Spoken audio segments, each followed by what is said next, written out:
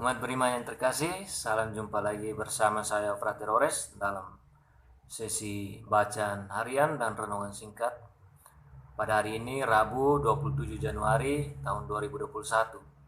Mari kita sama-sama mendengarkan sabda Tuhan. Semoga Tuhan beserta kita sekarang dan selama-lamanya. Inilah Injil Tuhan kita Yesus Kristus menurut Markus. Dimuliakanlah Tuhan. Pada suatu hari Yesus mengajar di tepi danau Galilea. Maka datanglah orang yang sangat besar jumlahnya mengerumuni dia, sehingga ia terpaksa naik ke sebuah perahu yang sedang berlabuh, lalu duduk di situ. Sedangkan semua orang banyak itu ada di darat di tepi danau itu. Dan Yesus mengajarkan banyak hal kepada mereka dalam bentuk perumpamaan. Dalam ajarannya itu Yesus berkata kepada mereka, "Dengarlah, adalah seorang penabur keluar untuk menabur. Pada waktu ia menabur, sebagian benih itu jatuh di pinggir jalan. Lalu datanglah burung dan memakannya sampai habis. Sebagian jatuh di tanah yang berbatu-batu, yang tidak banyak tanahnya. Lalu benih itu pun segera tumbuh, karena tanahnya tipis. Tetapi sesudah matahari terbit, layulah ia dan menjadi kering karena tidak berakar.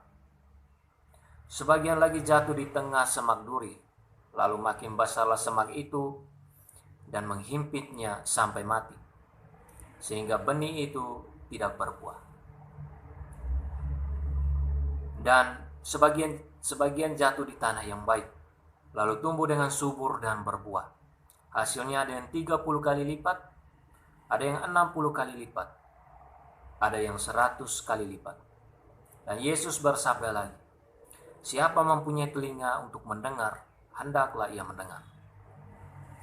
Ketika Yesus sendirian, pengikut-pengikutnya dan ke-12 murid menanyakan arti perumpamaan itu. Jawabnya, "Kepadamu telah diberikan rahasia kerajaan Allah. Tetapi kepada orang-orang luar, segala sesuatu disampaikan dalam perumpamaan, supaya sekalipun melihat, mereka tidak menangkap. Sekalipun mendengar, mereka tidak mengerti. Biar mereka jangan berbalik dan mendapat ampun." Lalu Yesus berkata kepada mereka, "Tidakkah kamu mengerti perumpamaan ini? Kalau demikian, bagaimana kamu dapat memahami semua perumpamaan yang lain?" Penabur itu menaburkan sabda. Orang-orang yang di pinggir jalan tempat sabda itu ditaburkan ialah mereka yang mendengar sabda, lalu datanglah iblis dan mengambil sabda yang baru ditaburkan di dalam mereka. Demikian juga yang ditaburkan di tanah yang berbatu-batu ialah orang-orang yang mendengar sabda itu dan segera menerimanya dengan gembira. Tetapi sabda itu tidak berakar dan tahan sebentar saja.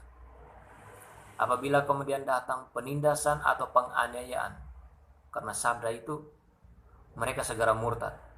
Dan yang lain yang ditaburkan di tengah semak duri ialah yang mendengar sabda itu, tetapi sabda itu lalu dihimpit oleh kekhawatiran dunia, tipu daya, kekayaan, dan keinginan-keinginan akan hal yang lain, sehingga sabda itu tidak berbuah. Dan akhirnya yang ditaburkan di tanah yang baik ialah orang yang mendengar dan menyambut sabda itu lalu berbuah. Ada yang 30 kali lipat, ada yang 60 kali lipat, dan ada yang 100 kali lipat. Demikianlah Injil Tuhan, terpujilah Kristus. Umat beriman yang terkasih dalam Tuhan kita Yesus Kristus, sabda baik yang berasal dari Allah diwartakan kepada semua orang tanpa memandang latar belakangnya. Tetapi sebagai penerima benih sabda kebaikan, kita seringkali tidak membuatnya berakar kuat dalam diri kita, dalam kehidupan kita. Masing-masing kita merupakan lahan bagi benih sabda Allah. Seberapa suburnya lahan ini bergantung dari pemiliknya yang pandai menjaga dan merawatnya.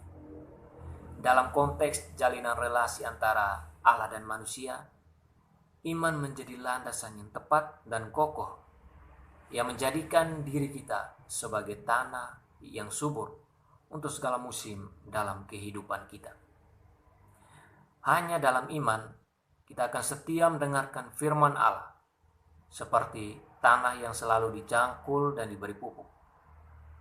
Membiarkan sabda Allah itu bekerja dan mengubah diri kita, ibarat benih yang bertumbuh besar dan subur. Dan kemudian sabda itu nyata dalam sikap, tutur kata, dan tindakan kita, ibarat benih yang menghasilkan buah berlimpah.